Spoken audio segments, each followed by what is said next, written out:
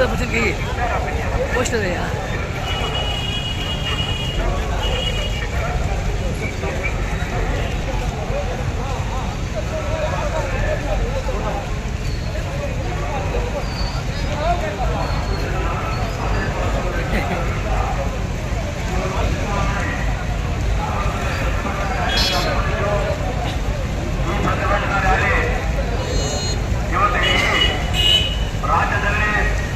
सामने देख लो।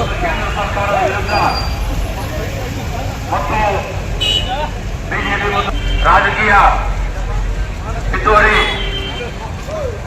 ಮತ್ತು ರಾಜಕೀಯ ಇವತ್ತು ಷಡ್ಯಂತ್ರ ಮಾಡಿ ಇವತ್ತು ಏನೇ ಆಗಲಿ ಸಿದ್ದರಾಮಯ್ಯ ಅವರು ರಾಜೀನಾಮೆಯನ್ನ ಕೊಡಿಸಬೇಕಂತಕ್ಕಂಥ ಒಂದು ಉದ್ದೇಶದಿಂದ ಇವತ್ತು ರಾಜ್ಯಪಾಲರು ನ್ಯಾಯಾಂಗ ಆದೇಶವನ್ನು ಕೊಟ್ಟಿರ್ತಾರೆ.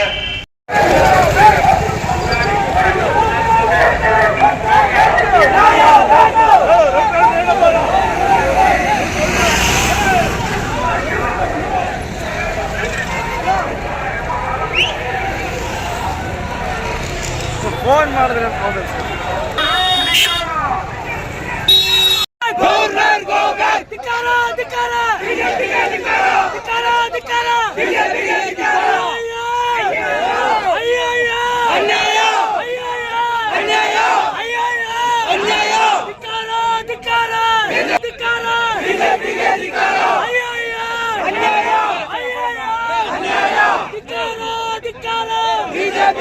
ರಾಜ್ಯಪಾಲರ ವಿರುದ್ಧ ಚಿಂತಾಮಣಿಯಲ್ಲಿ ಉನ್ನತ ಶಿಕ್ಷಣ ಸಚಿವ ಡಾಕ್ಟರ್ ಎಂ.ಸಿ. ಸುಧಾಕರ್ ನೇತೃತ್ವದಲ್ಲಿ ಭಾರಿ ಪ್ರತಿಭಟನೆ.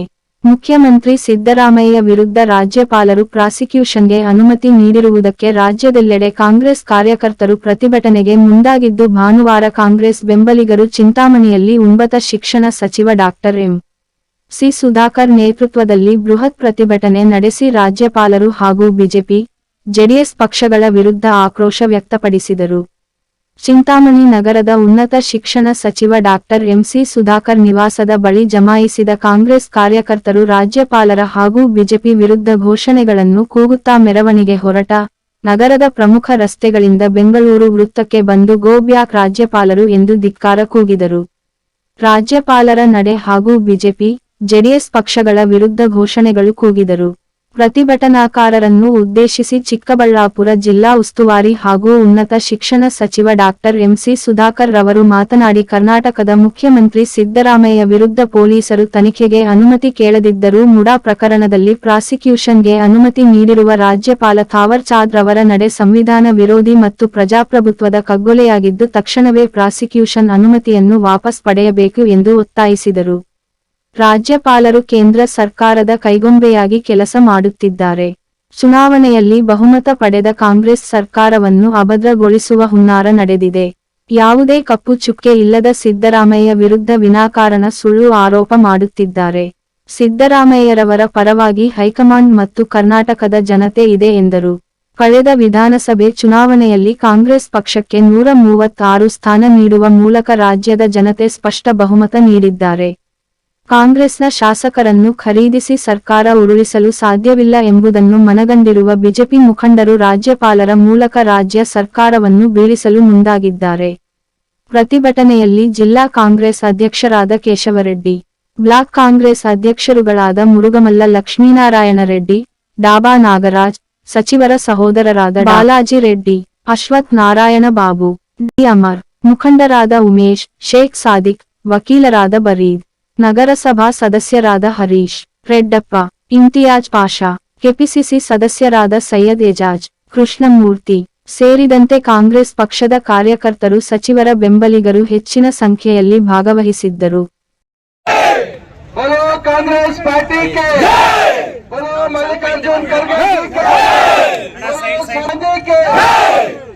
सिद्धरामैया के बोलो डी.के. शिवकुमार के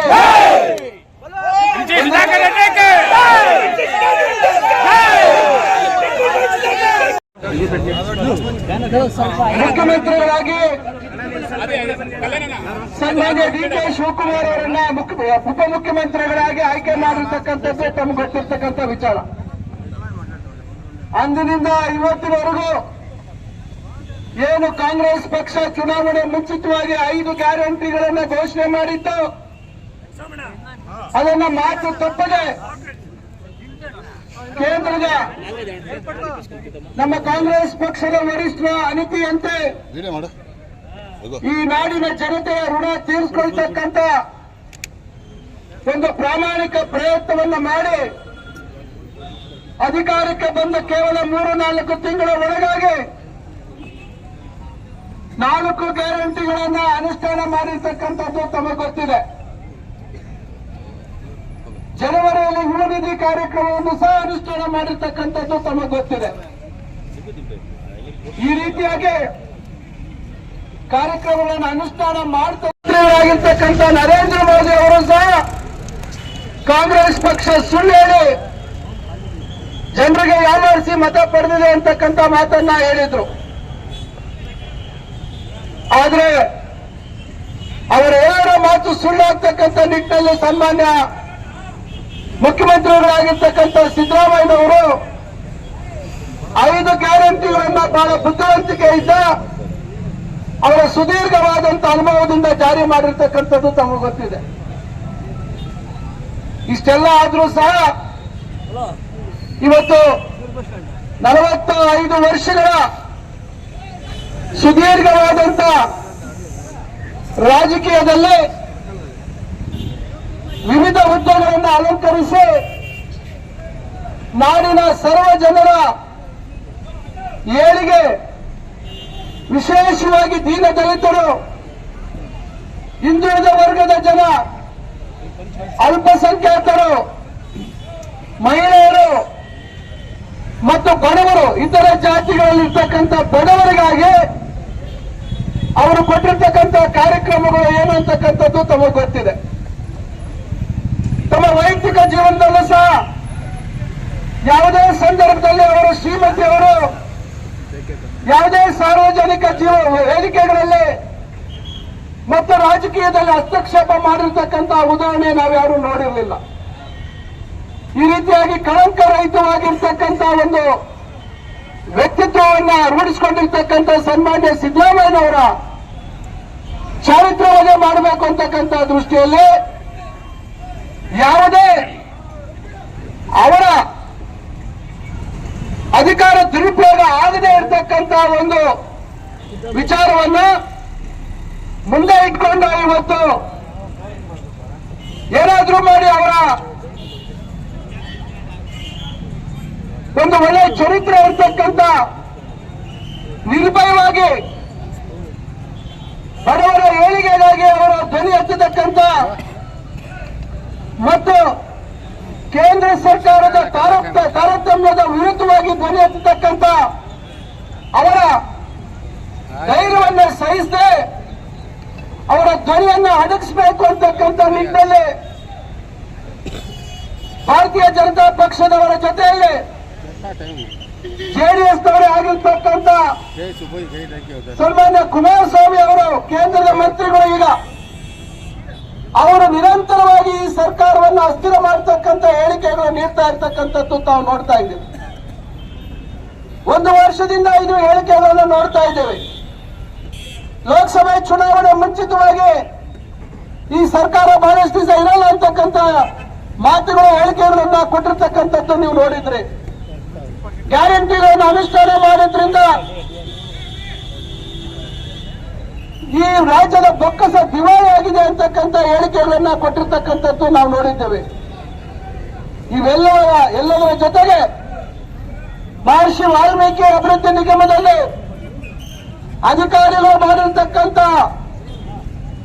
ಅವ್ಯವಹಾರದ ವಿರುದ್ಧ ಏನು ನಮ್ಮ ಮುಖ್ಯಮಂತ್ರಿಗಳು ತಕ್ಷಣ ಅದಕ್ಕೆ ತನಿಖೆ ಮಾಡಿ ಹಣ ವಾಪಸ್ ಪಡಿತಕ್ಕಂಥ ಕೆಲಸವನ್ನು ಮಾಡಿದ್ರು ಸಹ ನೇರವಾಗಿ ಮುಖ್ಯಮಂತ್ರಿಗಳ ಮೇಲೆ ಆರೋಪಗಳನ್ನ ಮಾಡ್ತಕ್ಕಂಥದ್ದು, ಅವರ ರಾಜೀನಾಮೆ ಕೇಳ್ತಕ್ಕಂಥದ್ದು, ಜೊತೆಗೆ ಜಾರಿ ನಿರ್ದೇಶನಾಲಯಗಳು ಇಡಿ ಮತ್ತು ಇತರೆ ನಿರ್ದೇಶನಾಲಯಗಳ ಮುಖಾಂತರ ಮುಖ್ಯಮಂತ್ರಿಗಳು ಮತ್ತು ಉಪಮುಖ್ಯಮಂತ್ರಿಗಳ ಹೆಸರನ್ನ ಹೇಳಿ ಅಂತ ಅಧಿಕಾರಿಗಳ ಮೇಲೆ ಒತ್ತಡ ಆಗಿರ್ತಕ್ಕಂಥದ್ದು ತಮಗೆ ಗೊತ್ತಿದೆ. ಇವೆಲ್ಲದರ ಬಗ್ಗೆ ಈಗಾಗಲೇ ದೂರು ದಾಖಲಾಗಿತ್ತು. ಅಲ್ಲಿ ಏನು ಆಗಲಿಲ್ಲ ಅಂತ ಹೇಳಿ ಅನ್ನೋದನ್ನು ಇಟ್ಕೊಂಡು ಕಾನೂನುಬದ್ಧವಾಗಿ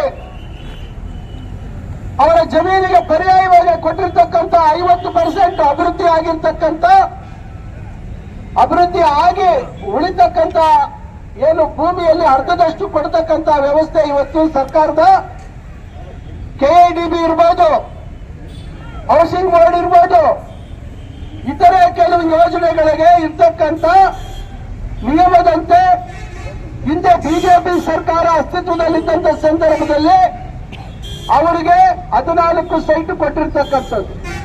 ಅದು ಯಾವುದೇ ಸಂದರ್ಭದಲ್ಲಿ 1998ರಿಂದ ಹಿಡಿದು ನಂತರ ನಡೆದಿರ್ತಕ್ಕಂಥ ಎಲ್ಲಾ ಸಂದರ್ಭಗಳಲ್ಲಿ ಯಾವುದೇ ಒಂದು ಸಂದರ್ಭದಲ್ಲೂ ಕೂಡ ಸನ್ಮಾನ್ಯ ಮುಖ್ಯಮಂತ್ರಿಗಳು ಅವರ ಅಧಿಕಾರವನ್ನ ದುರುಪಯೋಗ ಪಡಿಸಿಕೊಂಡಿರ್ತಕ್ಕಂಥ ಉದಾಹರಣೆ ಸಾಕ್ಷಿ ಇಲ್ಲ.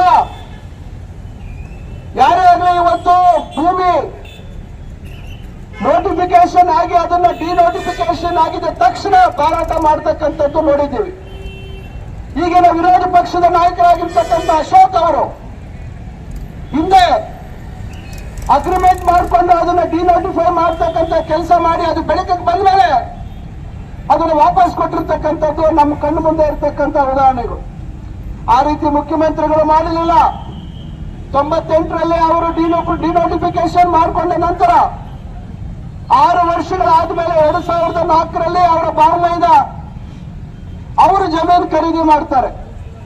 ಅದಾದ ನಂತರ 6 ವರ್ಷಗಳ ನಂತರ ಅವರ ಅಕ್ಕದವರಿಗೆ ಅವರ ಅರ್ಶನ ಕುಂಕುಮ ರೀತಿಯಲ್ಲಿ ಅವರಿಗೆ ಆ ಭೂಮಿಯನ್ನ ಕೊಡ್ತಾರೆ. ಮನೆಯಲ್ಲಿ ವಿಭಾಗಗಳಾದಂತ ಸಂದರ್ಭದಲ್ಲಿ ಮನೆಯ ಹೆಣ್ಣು ಮಗಳಿಗೆ ಇಲ್ಲಿ ಅಂತ ಹೇಳಿ ಕೊಡ್ತಾರೆ 3 ಎಕರೆ 16 ಗುಂಟೆ. ಇದಾದ ನಂತರ ಅದು ಭೂ ಪರಿವರ್ತನೆ ಮಾಡಿರ್ತಾರೆ. ಅವರ ಬಾಮೈದ ಭೂ ಪರಿವರ್ತನೆ ಆಗಿರ್ತಕ್ಕಂಥ ಭೂಮಿ ವ್ಯವಸಾಯ ಭೂಮಿ ಅಂತ ಅವರು ದಾನ ಮಾಡಿದ್ದಾರೆ ಅಂತ ಹೇಳ್ತಾರೆ. ಅದು ದಾನ ಮಾಡೋದಿಕ್ಕೆ ಅದು ವ್ಯವಸಾಯ ಭೂಮಿ ಆದ್ರೂ ಆಗ್ಬೋದು, ಭೂ ಪರಿವರ್ತನೆ ಆಗಿರ್ತಕ್ಕಂಥ ಭೂಮಿ ಆಗ್ಬೋದು. ದಾನ ಮಾಡುವಂತದ್ದಕ್ಕೆ ಯಾವುದೇ ನಿರ್ಬಂಧ ಇಲ್ಲ. ಅಕಸ್ಮಾತ್ ಕೈ ತಪ್ಪಿನಿಂದ ಅದು ವ್ಯವಸಾಯ ಭೂಮಿ ಅಂತ ಬರೆದಿರ್ಬೋದು, ಅದೇನು ದೊಡ್ಡ ಅಪರಾಧ ಅಲ್ಲ. ಅದಾದ್ಮೇಲೆ ಪರ್ಯಾಯವಾಗಿ ಗೂಡಾದವರು ಅಕ್ರಮವಾಗಿ ಅಲ್ಲಿ ಅವರ ಜಾಗದಲ್ಲಿ ಲೇಔಟ್ ಮಾಡಿದ್ದಾರೆ, ಆಕ್ರಮಿಸ್ಕೊಂಡ್ಬಿಟ್ಟಿದ್ದಾರೆ ಅಂತ ಹೇಳಿ 2004ರಲ್ಲೇ ಗುರುತಿಸಿ